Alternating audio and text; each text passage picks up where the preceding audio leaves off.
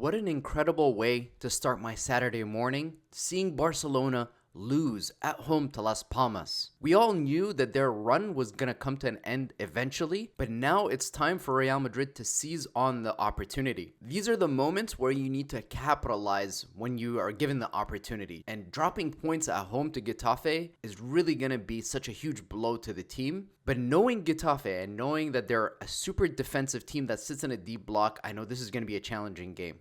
Like Carlo Ancelotti said in the press conference, Getafe is not a side that you can underestimate. This is going to be a difficult game, and we remember so many times where Real Madrid was able to get through the finishing line against Getafe, winning the game by only a 1-goal margin. This season, the sample size, what we've seen so far is when Real Madrid has faced teams that play against us in a deep block, the team has struggled. And Getafe is known for doing that, especially now that they're coming to the Bernabeu. Don't expect an open game of transitions where they're going to try to press the ball high up the pitch. So this is a game where you're going to most likely have a lot of the ball, a lot of possession. This is the kind of game where you can start a guy like Luka Modric, who's close to 40 years old. To me, I would have started Luka in this game and not the game away at Anfield against Liverpool. And speaking of starters, I'm really hoping and praying now that Lucas Vazquez looks like he's fit and is most likely going to be starting at right back, that we can rest a guy like Federico Valverde, who's gone to Uruguay, traveled to South America, played minutes there, came back to Real Madrid, played minutes there, played at right back, played at the 8, played at the 6, played. We need to protect this guy. Send him away to the beach somewhere. Send him anywhere away from a football pitch. Give the guy a break. I'm so worried about Federico Valverde.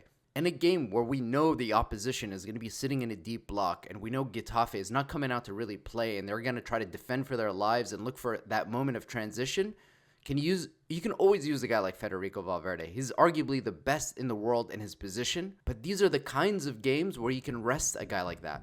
I don't even want to see him on the bench. I want to see him away from football, away from a football pitch, recovering, relaxing, putting his legs up, doing nothing related to football at all. But speaking of people who should play, I would like to see Arda Guller start this match because given how young he is, and let's be frank, he played very poorly against Liverpool, to bench him the very next game is not going to do wonders for his confidence. A guy like that, he needs to be playing minutes.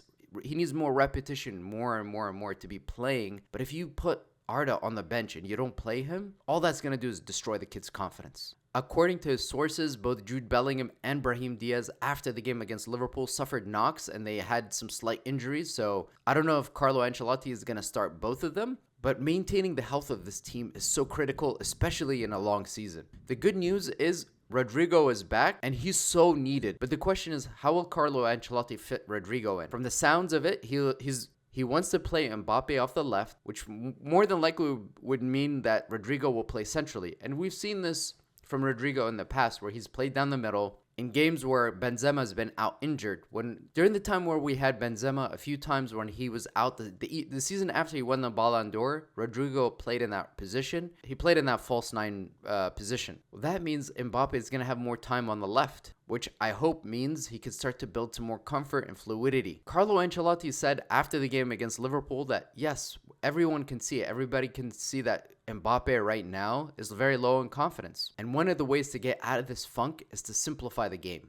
Not to be in positions where everything is complicated for you, but rather when you have a decision of 1 or 2 things versus 10 things, it just makes life easier for you to start to build off of things that you're doing right. So he needs to be put in positions where he's very comfortable. And we know that in an ideal situation, Mbappe plays off a target man.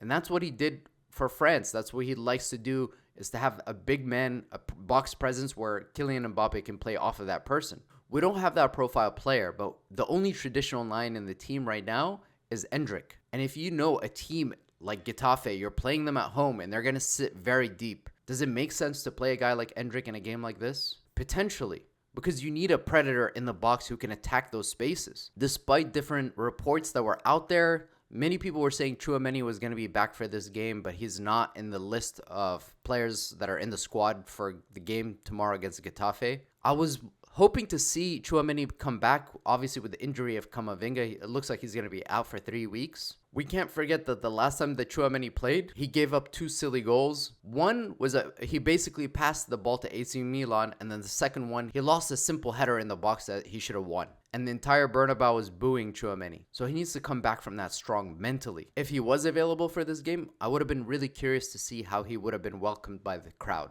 Look, the team is in a very difficult phase right now, but this is where Carlo Ancelotti needs to earn his salary. Managing this team and getting them through the finishing line, not only getting a result, but also managing the squad well is going to be so important. But if you are benching guys like Arda Guller, for example, and you're ruining his confidence, if you're playing Valverde, then full 90 minutes in this match, especially if we're ahead and we're winning comfortably, and something happens to Valverde, that's the height of stupidity. If you're not giving minutes to Endrick in a game like this where we could use a traditional 9 against a deep block, if you're not resting Antonio Rudiger at some point where we give him some sort of protection, because again, Antonio Rudiger has been one of those guys who's played practically every minute this season. The issue is that if we cannot win without the first team players, then you have a bigger problem. But one of the things that I've been very critical of Carlo Ancelotti on is he doesn't give minutes to players that he doesn't fully trust. He doesn't give minutes to players that are not full-fledged starters. And now we see with the Raul Asensio how talented this player is. So the question is, how many other Raul Asensios are in Castilla?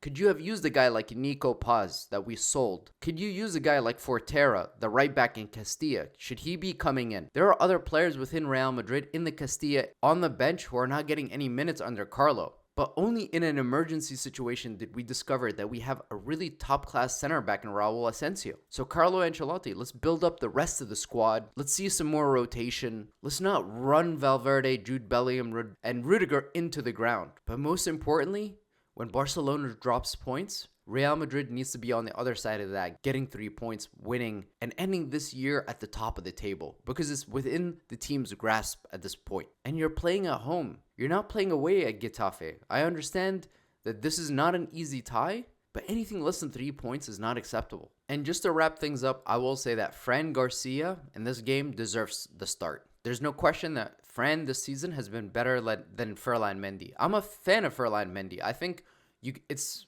in question. You cannot question the fact that Ferland Mendy is one of the best defensive fullbacks in the world, and he doesn't get credit for all the work that he does.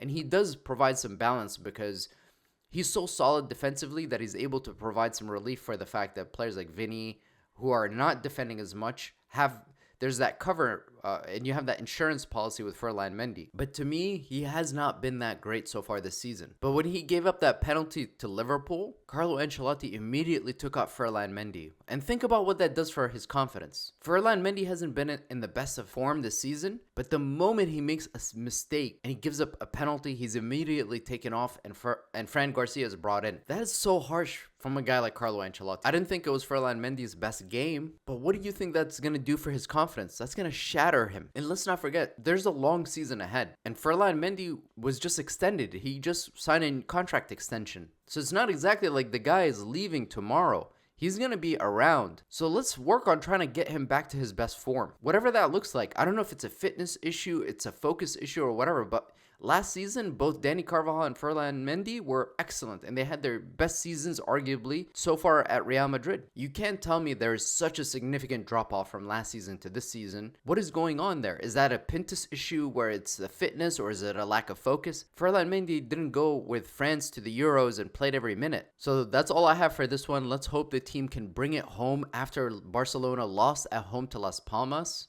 Anything less than a win is not acceptable. I believe in this team. I believe that Real Madrid can somehow turn it around. And according to what Carlo Ancelotti said, Real Madrid will be at the Champions League final in Munich. Mark his words. I believe it. This team is definitely good enough to get there. And Mbappe, I know for a fact that Mbappe will turn it around. It's just a matter of time. He's having a bad spell. He's not playing his best football, but he's just too good. But let's just remember this. All the people who are saying Kylian Mbappe is trash now and he's Hazard and he's done and blah, blah, blah. Just remember this. Just mark it down. Write down the names of the people who are saying this, because I assure you that Mbappe has a future, a bright future ahead of him. and he's going to score many goals, and he's going to do incredible things in his career. That's all I got for this one, guys. Make sure you like, subscribe, and let me know what you guys think will happen in the game tomorrow if you think Real Madrid will win. Thank you for watching. Hala Madrid.